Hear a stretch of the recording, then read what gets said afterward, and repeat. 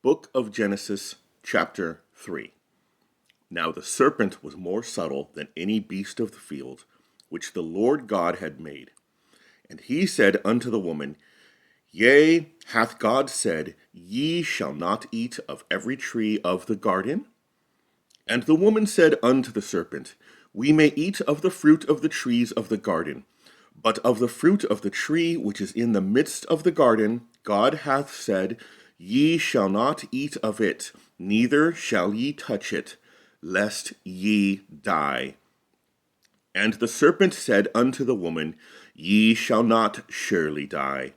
For God doth know that in the day ye eat thereof, then your eyes shall be opened, and ye shall be as gods, knowing good and evil. And when the woman saw that the tree was good for food, and that it was pleasant to the eyes, and a tree to be desired to make one wise, she took of the fruit thereof, and did eat, and gave also unto her husband with her, and he did eat. And the eyes of them both were opened, and they knew that they were naked, and they sewed fig leaves together, and made themselves aprons. And they heard the voice of the Lord God walking in the garden in the cool of the day, and Adam and his wife hid themselves from the presence of the Lord God amongst the trees of the garden. And the Lord called unto Adam, and said unto him, Where art thou?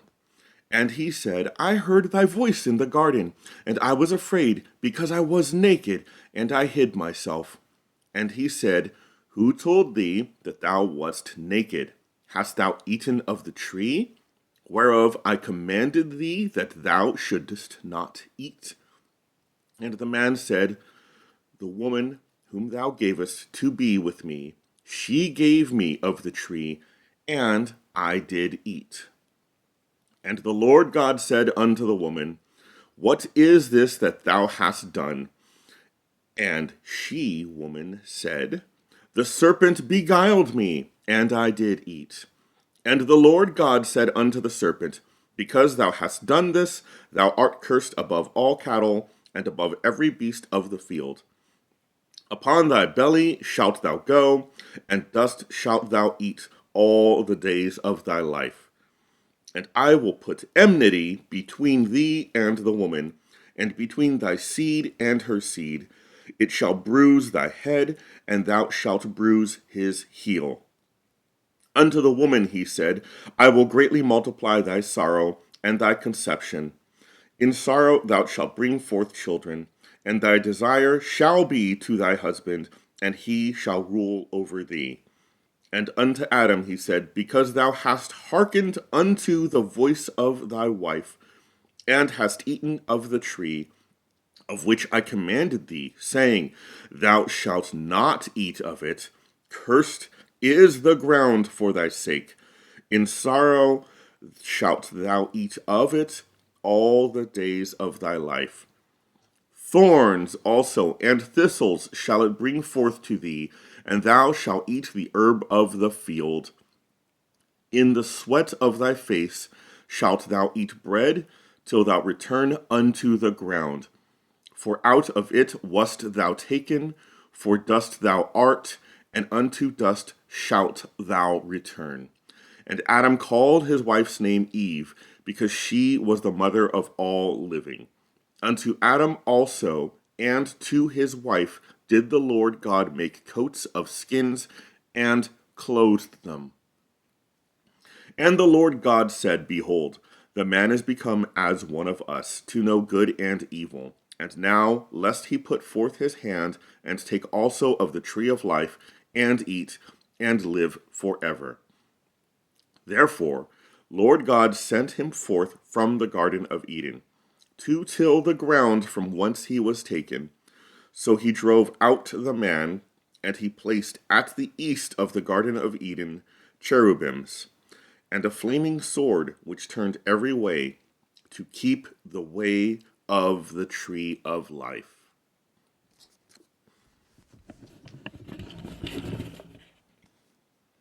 Chapter 4. And Adam knew Eve his wife, and she conceived and bare Cain, and said, I have gotten a man from the Lord. And she again bare his brother Abel, and Abel was a keeper of sheep, but Cain was a tiller of the ground. And in the process of time it came to pass that Cain brought of the fruit of the ground an offering unto the Lord. And Abel, he also brought of the firstlings of his flock, and of the fat thereof. And the Lord had respect unto Abel and to his offering. But unto Cain and to his offering he had not respect. And Cain was very wroth, and his countenance fell. And the Lord said unto Cain, Why art thou wroth, and why is thy countenance fallen? If thou doest well, shalt thou not be accepted. And if thou doest not well, sin lieth at the floor.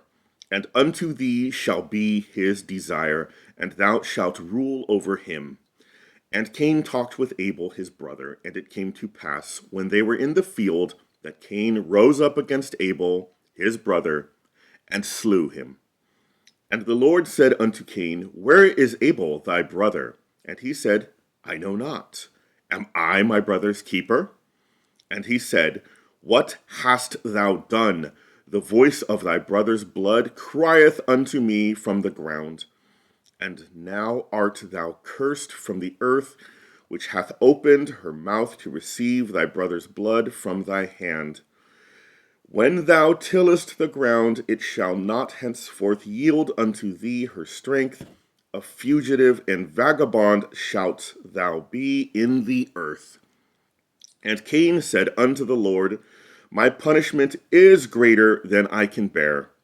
Behold, thou hast driven me out this day from the face of the earth, and from thy face shall I be hid, and I shall be a fugitive and a vagabond in the earth, and it shall come to pass that every one that findeth me shall slay me. And the Lord said unto him, Therefore whosoever slayeth Cain, vengeance shall be taken on him sevenfold. And the Lord set a mark upon Cain, lest any finding him should kill him.